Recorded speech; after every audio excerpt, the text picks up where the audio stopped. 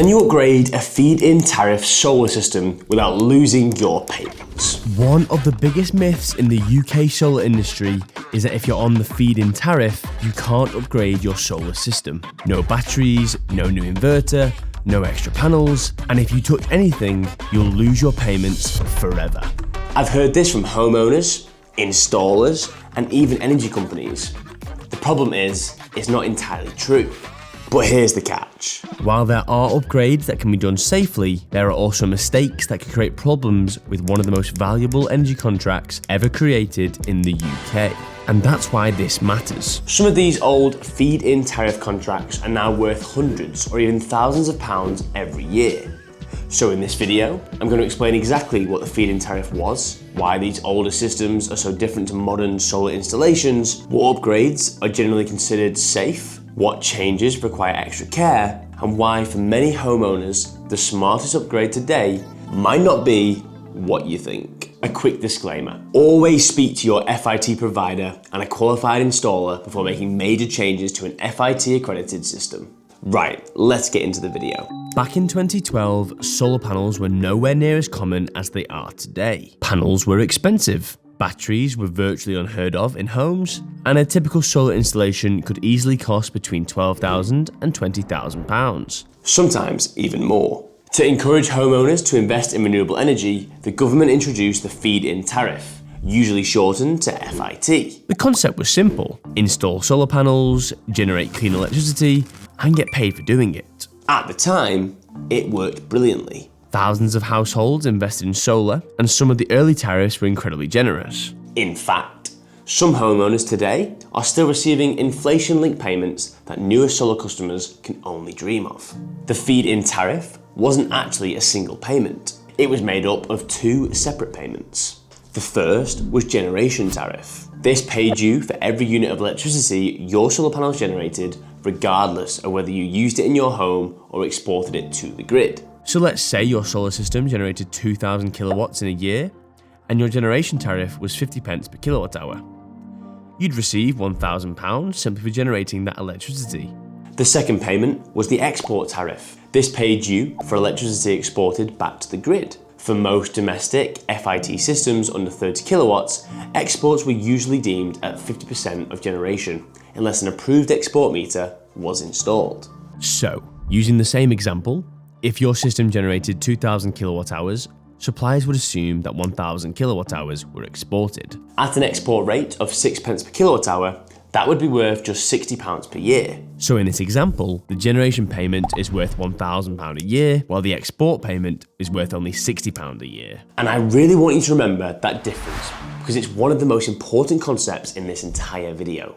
It's also the reason why many FIT homeowners can improve their systems without giving up the most valuable part of their contract: the generation tariff. The problem for the government was that solar technology improved much faster than anyone expected it. Panel prices fell dramatically, installations exploded, and suddenly the government had committed to paying these generous rates for decades. Eventually, the scheme was closed to new applicants in 2019 and replaced by the Smart Export Guarantee, or SEG. Modern solar systems no longer receive payments simply for generating electricity. Instead, they are generally only paid for electricity exported back to the grid. And this is where things start getting really interesting. Because modern solar technology is completely different from what most people installed during the FIT era. A typical FIT installation from 2011 or 2012 might have consisted of 10 250 watt polycrystalline panels, giving a total system size of around 2.5 kilowatts. At the time, that was perfectly normal. But fast forward to today, and it's common to see residential panels rated between 450 and 500 watts. In other words, one modern panel can often produce nearly twice as much power as a typical panel from the early FIT years. Many people assume the difference is because old panels have degraded dramatically. In reality, many of these older panels are still performing reasonably well. The real story is that solar technology has advanced enormously. And this is usually the moment where homeowners start thinking, great, I'll just swap out my old panels for new ones and double the output. Unfortunately, this is also where people can get themselves into trouble. and let's explain why. Just a quick one, if you enjoy this sort of content, consider subscribing to our channel. Currently, 98.5% of you that watch our videos are not subscribed. It's free, and we can't understate how much it enables us to continue to make content. Thanks. Now on with the video. So, why can upgrades sometimes become a problem? When you're on the feed-in tariff, your payments are linked to a specific accredited installation. The rules don't necessarily stop you from upgrading equipment, but they do place restrictions on changes that affect the original accredited system. And that's where you need to be careful. If major modifications are made without proper consideration, you could create questions around whether the system still complies with the conditions under which it was originally accredited. For a contract that could still be worth hundreds or thousands of pounds a year, that's not a risk worth taking lightly. This is where much of the confusion comes from. Some people think they can't touch their system at all. That's not true. Others think they can replace whatever they like without consequence. That's not true either. The reality sits somewhere in the middle. Let's be clear. Whatever changes you intend to make, you must first go to your FIT provider. So, there are upgrades that are generally straightforward. There are upgrades that require careful planning. And there are some changes that should be avoided altogether. Understanding that difference could save you from making a very expensive mistake. First, we need to understand the generation meter. This meter records every unit of electricity generated by the accredited FIT system, and your payments are based on those readings. The golden rule is simple. The generation meter must only record genuine generation from the accredited FIT installation. It must not record battery discharge. It must not record imported grid electricity. And it must not record generation from additional solar panels that are not part of the original accredited system. This one principle explains almost every FIT rule you'll come across. And it's also the reason why some upgrades are relatively simple, while others become much more complicated. Let's start with inverters. If your inverter fails, and many older inverters are now reaching the age where failures become more common, you're normally allowed to replace it. However, any replacement should be discussed with your FIT provider and should not increase the accredited capacity of the installation. So if you originally had a 3 kilowatt inverter, replacing it with another 3 kilowatt inverter is usually straightforward. Some providers may allow slight variations, but you should always notify your FIT provider first. This next section is probably the most important part of the entire video. While adding more solar can become complicated, batteries are often where the biggest savings can be achieved with the least amount of risk. Many older FIT systems were installed long before home batteries became mainstream. As a result, homeowners often export large amounts of solar electricity during the day as it's not being used, and then buy expensive electricity back from the grid in the evening. A battery changes that completely. Instead of exporting that surplus electricity, you can store it and use it later when you actually need it. For many homeowners, this is where the biggest opportunity exists. And importantly, it's often possible to achieve those benefits without making major changes to the accredited FIT system itself. Step 1. Keep your valuable FIT generation tariff, sack off the FIT export tariff, and replace it with a smart export guarantee tariff. Step 2. Add a battery and charge it either using your solar energy during the day or cheap off-peak electricity overnight. Step 3.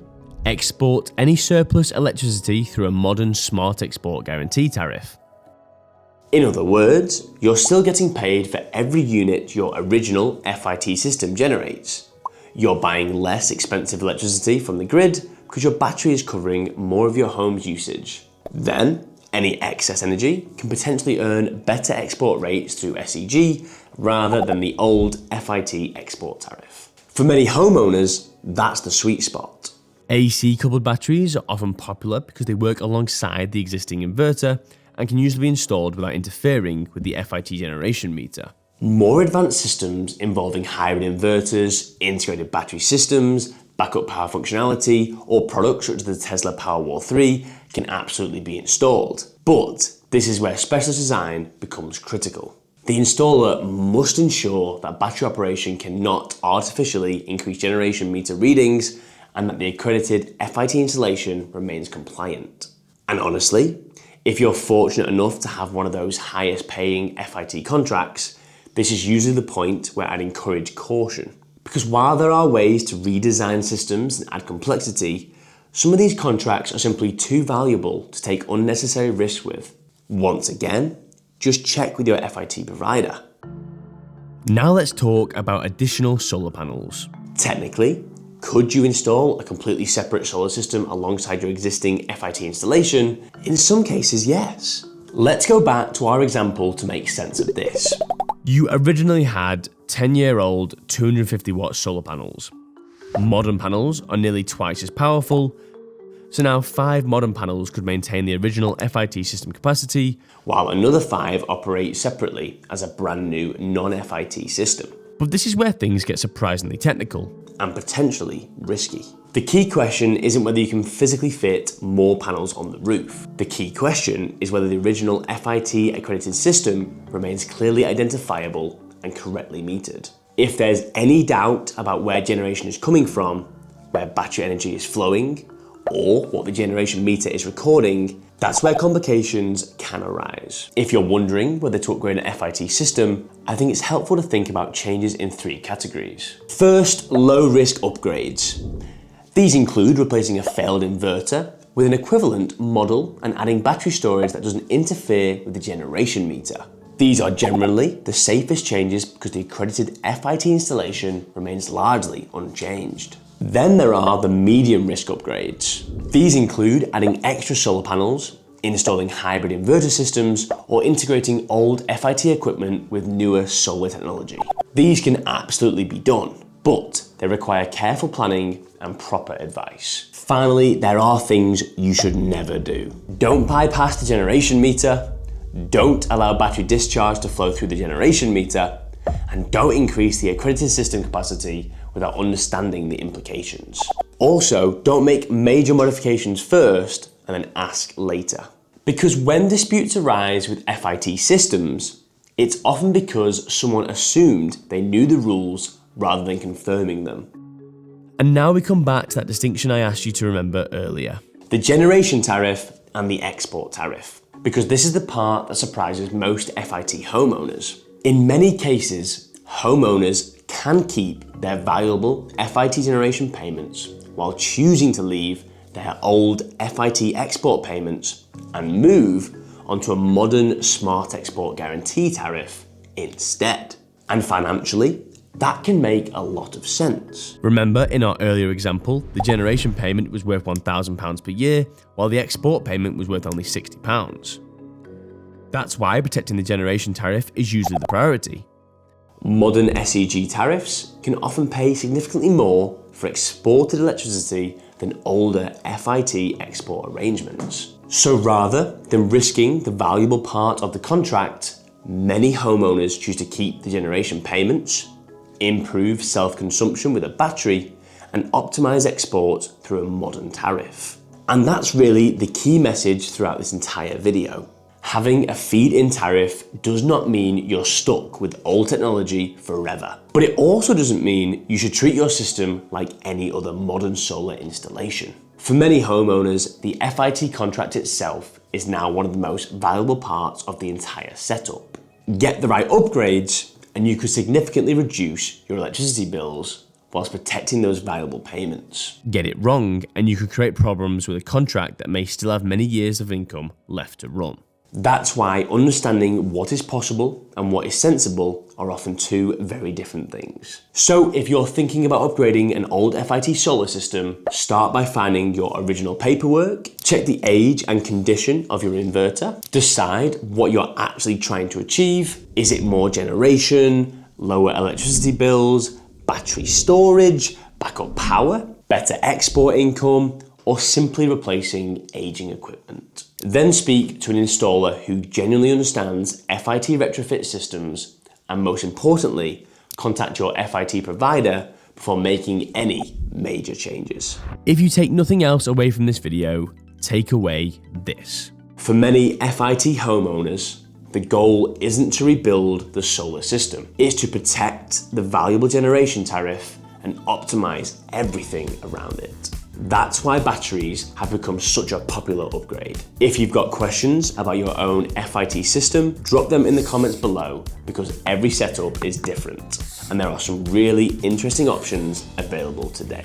At iHeat, we know that protecting your feed-in tariff comes first. That's why before any retrofit project goes ahead, we carry out a full assessment of your existing system and ensure any necessary discussions with your FIT provider happen up front. If you've got an older feed-in tariff system and you're wondering whether a battery, inverter upgrade or additional solar could work for your home, get in touch with the team at iHeat. We'll assess your existing setup, explain your options in plain English, and help you understand what upgrades may be possible without putting your valuable FIT payments at risk. You'll find a link in the description below and we'd be happy to help. Thanks for watching. This has been iHeat.